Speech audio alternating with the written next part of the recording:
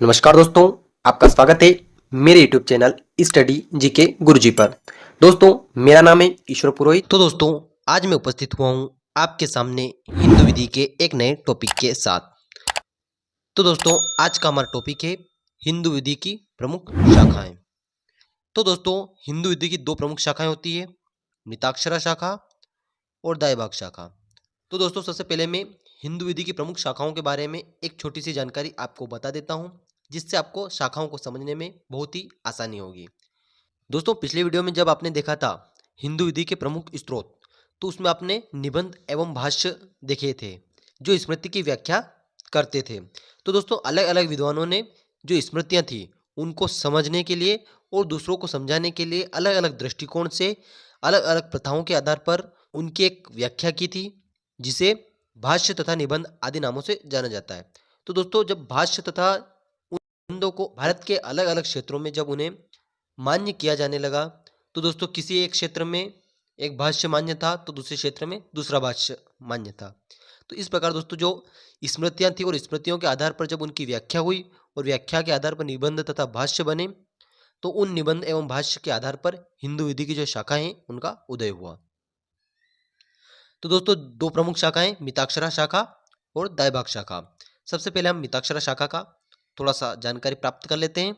दोस्तों, इससे पहले आपने हिंदू विधि के जो अन्य टॉपिक पर बने हुए वीडियो हैं वह नहीं देखे हैं, तो जल्दी से जाकर के आप वो वीडियो देख लीजिए, जिससे आपको हिंदू विधि को समझने में आसानी होगी। तो दोस्तों, हमारी प्रथम शाखा है मिताक्षरा शाखा।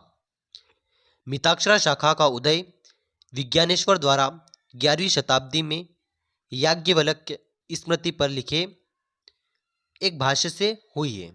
मिताक्षरा शाखा असम तथा बंगाल को छोड़कर संपूर्ण भारत पर लागू है। यह सबसे प्रचलित एवं सर्वाधिक मान्य भाष्य है। याज्ञवल्क्य के द्वारा एक स्मृति की रचना की गई थी। उस स्मृति का भाष्य विज्ञानेश्वर ने मिताक्षरा के रूप में लिखा था, जो लोगों के द्वारा मान्य किया गया और इसे मिताक्षरा शाखा के नाम से जाना गया। तो दोस्तों, जो मिताक्षरा शाखा है वह असम और बंगाल को छोड़कर पूरे भारत में लागू होती है। ये सबसे प्रचलित और मान्य भाष्य था जिसे लोगों ने मान्य किया। मिताक्षरा शाखा जो है वह 5 उप शाखाओं में विभाजित है। तो दोस्तों, मिताक्षरा शाखा के अंतर्गत भी लोगों ने मिताक्षरा में कुछ प्रावधानों को स्वीकृत किया और कुछ को अस्वीकृत किया।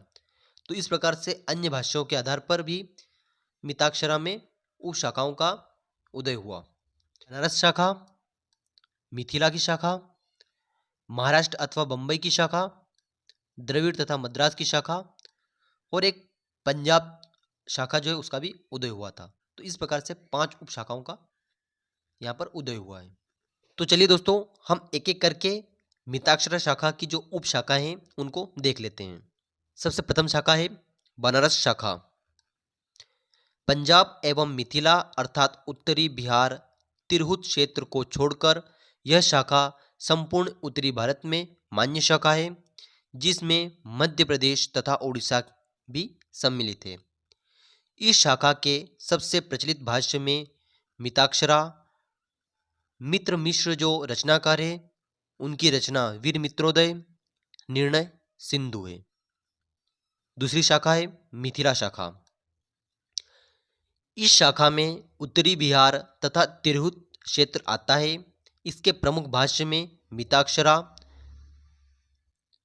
चंद्रेश्वर की विवाद रत्नाकर, वाचस्पति मिश्र की विवाद चिंतामणि और मंडन पारिजात आदि प्रमुख भाष्य है, जिनको इस क्षेत्र में स्वीकार किया जाता है मिताक्षरा के साथ साथ में। तीसरी शाखा है महाराष्ट्र तथा बंबई की शाखा।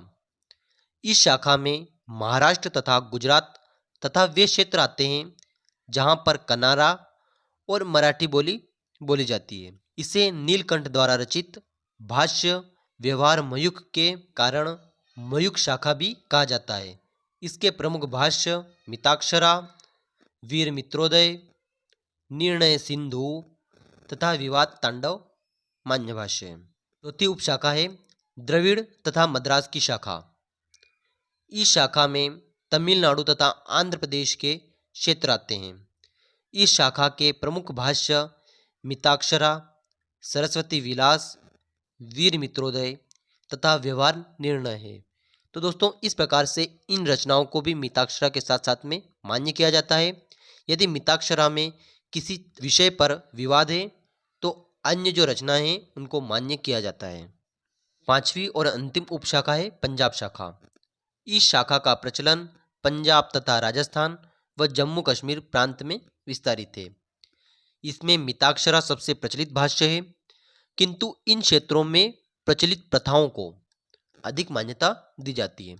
तो दोस्तों सबसे पहले प्रचलित प्रथाएं जो हैं उन्हें मान्यता दी जाती है और उसके बाद में मिताक्षरा शाखा के जो नियम है वे इन क्षेत्रों में लागू होते हैं। आइए दोस्तों हम दायभाग शाखा को भी देख लेते हैं। दायभाग शाखा निबंधों का सार संग्रह है। तो दोस्तों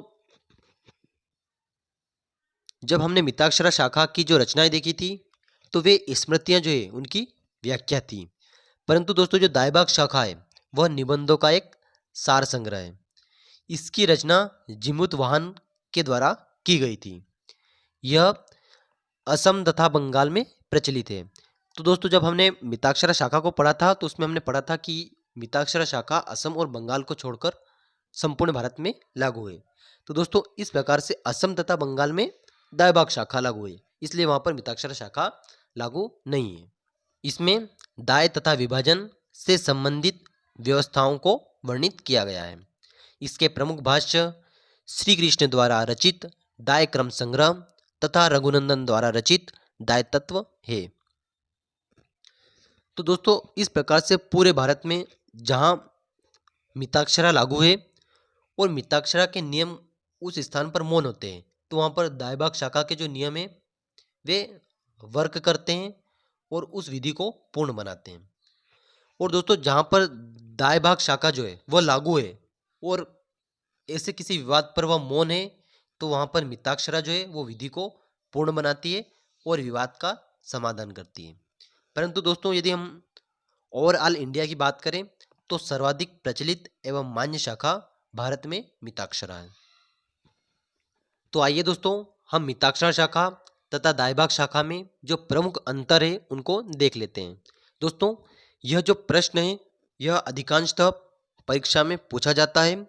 या तो यह इस प्रकार से पूछ लिया जाएगा कि हिंदू विधि के प्रमुख स्रोत और शाखाओं को बताइए, या फिर यह अलग से भी पूछा जा सकता है कि मिताक्षरा और दायभाग शाखा को समझाइए या हिंदू विधि की जो प्रमुख शाखाएं हैं उनको समझाइए।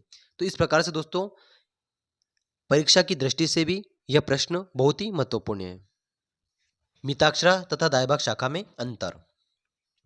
मिताक्षरा शाखा प्रथम अंतर है, मिताक्षरा शाखा असम तथा बंगाल को छोड़कर पूरे भारत में मान्य शाखा है।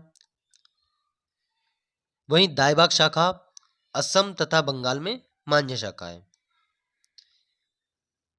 दूसरा अंतर है, मिताक्षरा शाखा को कट्टरपंथी शाखा माना जाता है, वहीं दायभाग शाखा को प्रगतिशील तथा सुधारात्मक शाखा कहा जाता है। तीसरा बिंदु है, मिताक्षरा शाखा में पुत्र का पैतृक संपत्ति पर जन्म से अधिकार होता है, जिसे अप्रतिबंध दाय कहा जाता है। तो दोस्तों अप्रतिबंध दाय के अंतर्गत पिता जो है वह पुत्र के जन्म के समय उस पर प्रतिबंध नहीं लगाता है उत्तराधिकार के विषय में। दायभाग शाखा में पुत्र का पैतृक संपत्ति पर जन्म से अधिकार नहीं होता है, क्योंकि पिता जो है वह प्रतिबंध करता है, इसे प्रतिबंध दाय भी कहा जाता है। चौथा अंतर है, मिताक्षरा शाखा में पिता का संपत्ति पर सीमित अधिकार होता है। दायभाग शाखा में पिता को संपत्ति पर पूर्ण अधिकार होता है। पिता के जीवन काल तक पुत्र का कोई अधिकार नहीं होता है।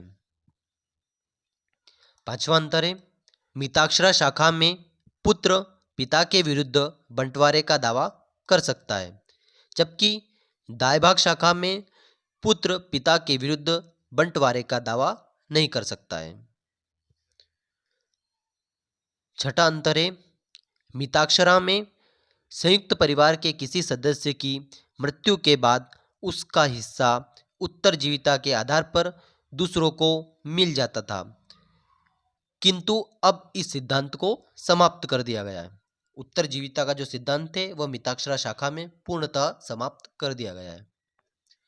दायभाग शाखा में मृतक का हिस्सा उत्तराधिकार के अनुसार उसके वारिसों को प्राप्त हो जाता था। मिताक्षरा शाखा में उत्तराधिकार रक्त के आधार पर प्राप्त होता है, जबकि दायभाग शाखा में उत्तराधिकार जो होता है वह पारलौकिक लाभ को प्राप्त करने के सिद्धांत पर आधारित है। दायभाग शाखा में ऐसा नहीं है कि रक्त संबंध के आधार पर ही व्यक्ति को उत्तराधिकार में संपत्ति प्राप्त हो, क्योंकि दोस्तों दायभाग शाखा में जो मृतक होता है उसका जो व्यक्ति पिंडदान करता है वही उस मृतक के वारिस के रूप में उत्तराधिकार का स्वामी माना जाता है। दोस्तों दायभाग शाखा में जो मृतक होता है उसका जो व्यक्ति पिंडदान करता है वह उस मृतक व्यक्ति की संपत्ति का उत्तराधिकारी होता है। तो इस प्रकार से दोस्तों दायभाग शाखा में उत्तराधिकार रक्त के आधार पर न होकर पारलौकिक लाभ प्राप्त करने के सिद्धांत पर आधारित है। अंतर है दोस्तों, मिताक्षरा शाखा एक परंपरानिष्ठ शाखा है, जबकि दायभाग शाखा संशोधित पद्धति है। नौवां अंतर है दोस्तों, मिताक्षरा शाखा में फैक्टम वेलेट के सिद्धांत को सीमित रूप में माना गया है, जबकि दायभाग शाखा में फैक्टम वेलेट सिद्धांत को पूर्ण रूप में माना गया है। 10वां अंतर है दोस्तों, मिताक्षरा याज्ञवल्क्य की स्मृति पर रचित एक टीका है जिसकी रचना विज्ञानेश्वर के द्वारा की गई है, जबकि दायभाग शाखा समस्त संहिताओं का एक सार संग्रह है जिसकी रचना जीमित वाहन द्वारा की गई है। तो आशा करता हूं दोस्तों आपको आज का टॉपिक अच्छे से समझ में आ गया होगा। यदि दोस्तों अभी भी आपको कुछ डाउट है या कुछ सुझाव है तो आप कमेंट में बता सकते हैं। दोस्तों यदि वीडियो अच्छा लगा हो तो वीडियो को लाइक करें, कमेंट करें और वीडियो को अधिक से अधिक शेयर करें। ऐसे ही वीडियो देखने के लिए मेरे चैनल को सब्सक्राइब करें और बेल आइकन प्रेस करें, जिससे नए वीडियो आप तक पहुंचते रहें। धन्यवाद दोस्तों, मिलते हैं नए वीडियो में। तब तक जय हिंद, जय भारत, टेक केयर।